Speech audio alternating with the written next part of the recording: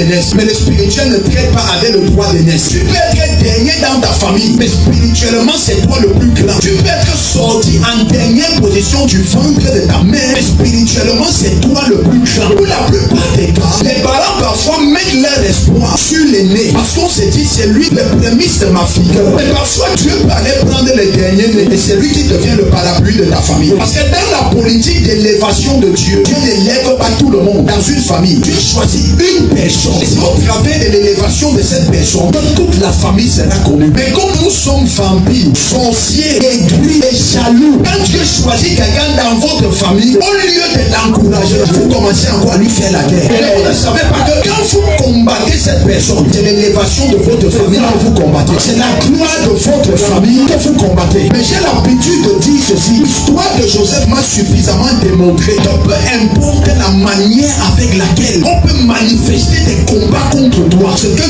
Dieu a écrit, nul homme sur la terre, aucun esprit dans le spirituel ne peut l'annuler. Personne ne peut l'annuler. Personne ne peut révoquer ça. Je dis personne ne peut révoquer ça. Vous pouvez combattre un homme, vous pouvez détester un homme. Mon ami, le fait que vous le détestiez ne signifie pas que Dieu le déteste. Son approbation ne dépend pas de vous. Son élévation ne dépend pas de vous. Son positionnement ne dépend pas de vous. Mais ça dépend de Dieu. Et retenez une chose, plus vous le combattez, plus il arrache vos grâces, plus prospère, il monte encore plus haut. Pendant que vous restez à terre, vous restez derrière. La politique d'élévation de Dieu n'est pas fonction de l'âge. Non, pas du tout. Ce n'est pas fonction de l'âge. Il n'est pas question d'âge ici. Il n'est pas question de positionnement. Oh non, c'est lui qui est d'abord venu. Ou alors, c'est elle qui est venue au monde avant toi. Donc, elle ne peut pas aller en mariage avant elle. Parce qu'elle c'est l'aînée. Il faut arrêter la sorcellerie là. Dieu peut choisir que c'est la dernière née là. C'est elle qui part en mariage. Avant vous tous, c'est le choix de Dieu. Vous ne pouvez pas changer ça. Vous ne pouvez pas contester ça. Et quelqu'un qui comprendra ça dira, ma petite soeur, nous allons te pousser loin. Parce que ce n'est pas ton mariage. La porte du mariage va s'ouvrir dans notre maison. Nous le savons. La porte du mariage s'ouvriront.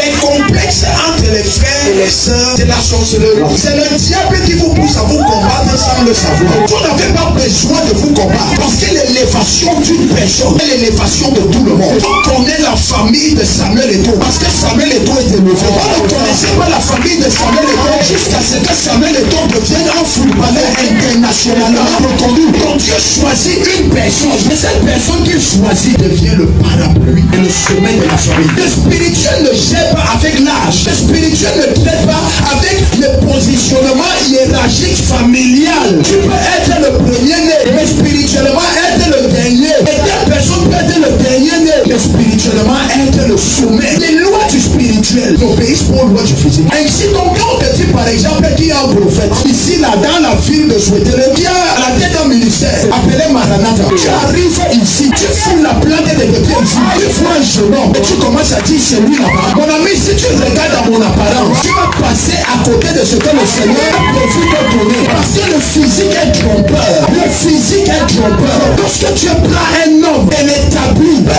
importe son âge, spirituellement, tu as fait de lui un grand esprit.